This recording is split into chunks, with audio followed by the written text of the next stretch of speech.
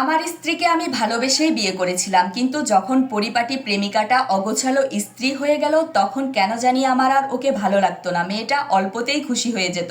আমার মনে আছে ওর সাথে আমার যখন বিয়ে হয় তখন আমার মাস শেষে বেতন ছিল 15,000 টাকা।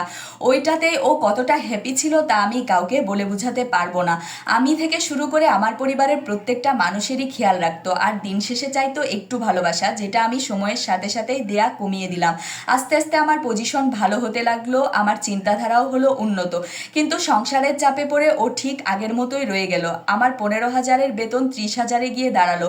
ঘর পরিবর্তন হলো, আমিও পরিবর্তন হলাম। শুধু পরিবর্তন হলো না কবিতা, হ্যাঁ, আমার স্ত্রী নিজেকে পরিবর্তন করলো না। টাকার নেশা আমাকে গ্রাস করে দিল আস্তে আস্তে। ভুলে গেলাম আমি আমার প্রিয় অতীতকে। সুখ পেয়ে ভুলে গেলাম দুঃখের দিনে পাশে থাকা মানুষগুলোকে। সারাদিন খাটাখাটনি করে খাবার টেবিলে যখন কবিতা অপেক্ষা করত, আমি বলতাম যত সব আদিক্ষেতা। বৃষ্টি হলে আমার হাত দুটো ধরে বলতো, চলো না দুজনে একটু বৃষ্টি বিলাস করি। আমি তখন বলতাম, বয়স তো কম হলো না, এখন এসব পাগলামি ছাড়ো। মাঝরাতে যখন পিরিয়ডের ব্যথায় কুকড়ে উঠতো, আমি নাক সিটকে পাশের রুমে ঘুমাতে চলে যেতাম।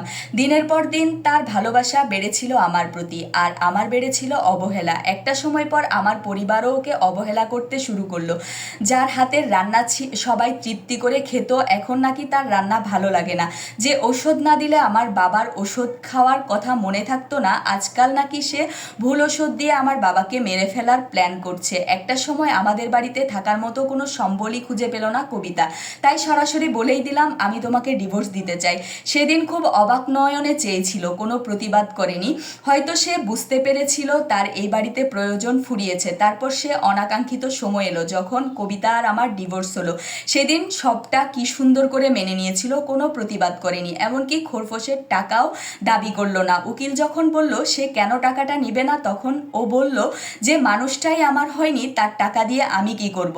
ওর বাবা সেদিন আমায় একটা কথা বলেছিল, ভগবান দিয়ে ধন দেখে মন, কায়রা নিতে কতক্ষণ। কথাটার মানে সেদিন না বুঝলেও আজ ঠিকই বুঝতে পারি। 3 মাসের মাথায় মিথ্যা অপবাদে আমার চাকরি চলে যায়। বড় বোনটাকেও মাঝে মাঝেই তার শ্বশুরবাড়ির লোকেরা মেরে ধরে আমাদের বাড়িতে পাঠিয়ে দেয়। বাবা ভুল ওষুধের রিয়েকশনে আজ বিছানার সাথে মিশে আছে। মা প্রায় আজকাল তরকারিতে নুন হলুদ দিতে ভুলে যায়। আর আমি উন্নত মানের চাকরি থেকে ফুটপাতে ছোট্ট একটা ফুলের দোকান নিয়ে বসে আছি।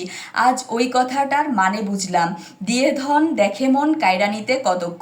লুকিয়ে খোঁজ নিলাম কবিতা। শুনেছি অন্য জায়গায় তার বাবা বিয়ে দিয়েছে, স্বামী একজন ডাক্তার, খুব সুখে আছে। খুব ভালো ভাগ্য সেই মানুষটার যার সাথে কবিতার বিয়ে হয়েছে। গেছে মাসে নাকি তাদের একটা মেয়ে হয়েছে। সে সুখের আশা করেনি, তাই তার এত সুখ। আর আমি সুখের আশা করে মানুষকে অমানুষ ভেবেছি, তাই আজ আমার এই পরিস্থিতি। তাই তো বলে শেষ হাসিটা তারাই হাসে যারা নিজেকে নয় অন্যকে ভালোবাসে।